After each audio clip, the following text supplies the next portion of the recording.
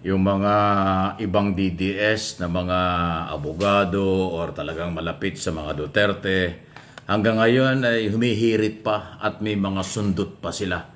Katulad ng sinasabi nitong si Atty. Sal Panelo ba yun? Ano sinasabi ni Sal? Parang tingin daw niya mali yung nag-advise o mali yung pagkaka-advise kay Pangulong Marcos. Parang ganun gusto niyang palabasin. Iwan ko kung tama yun. Na tanggalin si Sara Duterte as member ng National Security Council. O para bang hindi idea ng Pangulo yung pagkakatanggal sa kanya? O parang hindi galing sa Pangulo ang pagkakatanggal, ang desisyon na tanggalin si Sara? Parang ngayon ang gusto nilang palabasin. Nako ay nagkakamali kayo. Pangulo ng bansa yan eh. Hindi naman basta-basta magtatanggal ng member or matataas na opisyales ng Executive Department kung hindi alam ng Pangulo, kung walang idea ang Pangulo, kung hindi nakonsulta ang Pangulo. Sa tingin ninyo, kayang gawin ni Secretary Anyo ng National Security Council at National Security Advisor na tanggalin si Vice President Sara Duterte nang walang approval o walang idea o hindi alam ng ating Pangulo? Talagang. Alam niyo, may mga legal expert, di ba?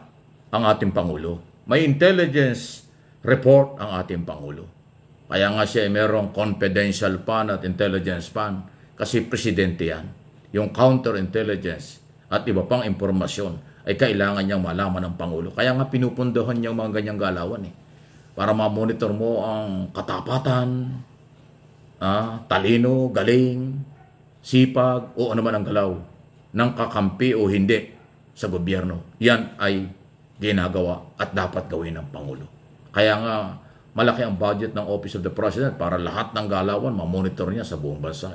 Yun eh. Di ba? Pero yung palabasin ng mga malapit sa Duterte na mali ang pagkapatanggal kay Sara, maaaring mali daw yung advice kay Pangulo or mali ang ginawa ng Pangulo, ay nagkakamali kayo. Ito yung para sa akin na opinion. Opinion ko ito, analysis ko at interpretation ko. Alam mo, ang pinakamagandang ginawa sana ni Sara Duterte nung mag-resign siya as ng revocable resignation. Ano bang revocable resignation? Ibig sabihin, ayaw mo na. Wala nang pwedeng pumigil. Nag-resign siya as Secretary ng Department of Education. Dapat yan, lahat ng kanyang posisyon sa gobyerno, kung anong meron man, ay kanyang binitawan. Yung ina-appoint lang siya. Ang itira lang niya talaga ay yung Vice President kasi elected siya ron. Ang isinama lang niya, kung di ako nagkakamali, yung maliban sa pagiging Secretary ng Department of Education, ay yung pagiging, ano bang posisyon niya? Vice Chairman ba siya ng National Task Force LCAC?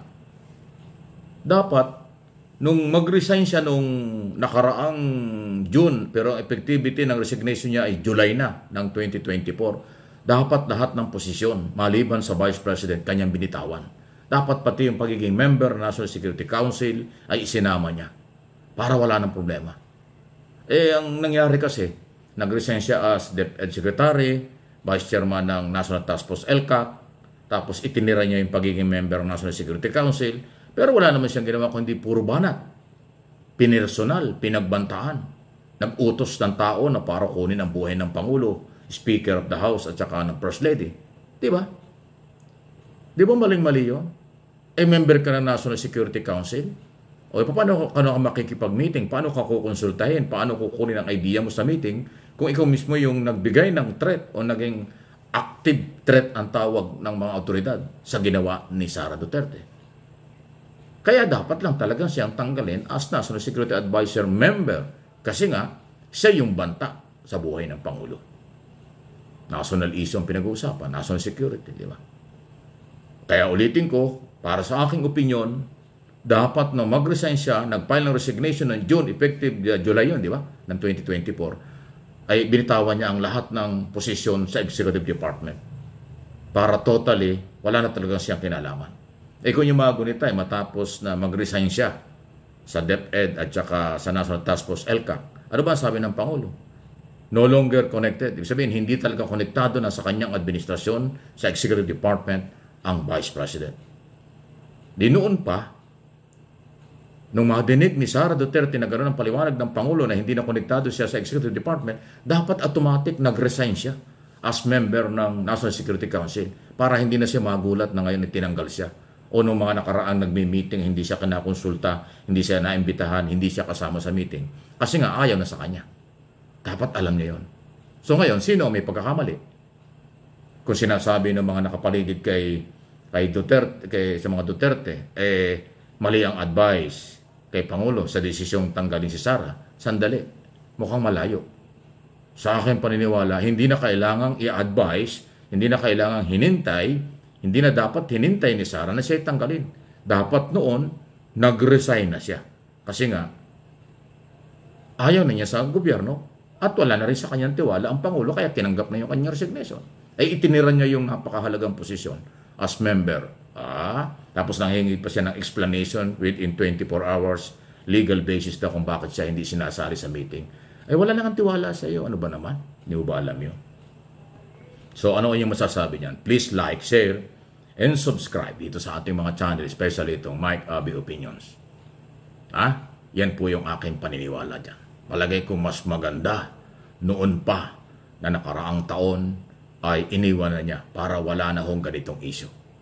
Ay hindi na ho naman ito issue sa Executive Department Kasi tapos na yan. Meron nang inilabas na Executive Order number 81 na nagtatanggal sa kanya. Kasama ang kanyang ama, dating Pangulong Duterte, at saka si Gloria Macapagal-Arroyo, yung dating Pangulong iba pa. Ganun po yun. Nagdamay-damay na. Hindi na mahihiulit yan. Yung kanyang tanong noong una na ipaliwanag nyo, bakit ako tinanggal, bakit ako hindi member at hindi ako sali sa mga meeting, hindi na ho dapat tinatanong yan. Dapat alam mo na. Lalo na ho nang magbanta ka ng matindi sa buhay ng Pangulo. Automatic yun. Sino ba naman Pangulong makikipag-usap sa nagbabanta sa kanyang buhay? Sino ba naman Pangulong makukontento na isama sa kanyang gobyerno ang nagbabanta sa kanyang buhay? Hindi naman po mababaw ang Pangulo. Sabi nila mababaw, pero hindi po. Pagtalino, diskarte at kasipagan ng pag-uusapan, meron siya nun. Lalo na yung talino. Kasi alam niya kung ano ang tama at mali. At yung kanyang desisyon na nilabas ng Executive Order number 81, yun ang tama.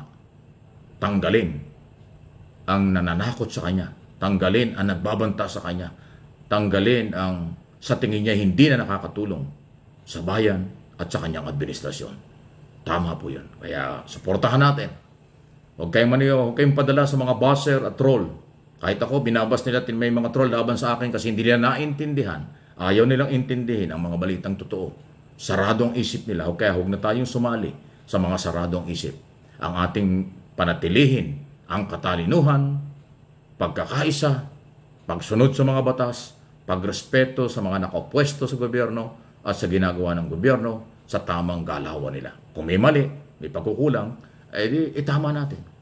Mag-suggest tayo. Hanggang idea lang naman tayo. Wala naman tayong authority makialam sa kanila. Pero ang pagpapahayag, malayang pagtalakay ng kapakipakinabang, yan ang kailangan ng gobyerno at kailangan ng demokrasyang umiiral under the law. Pero yung tapang-tapangan, pagmumura, pagbabanta, wala yan. Garbage lahat yan. Hindi yan makakadagdag sa ating hanap buhay at hindi yan nakakadagdag sa ating magandang buhay. Sa halip, may stress, depression lang aabutin nyo. Magpakatotoo lang tayo sa mga nangyari.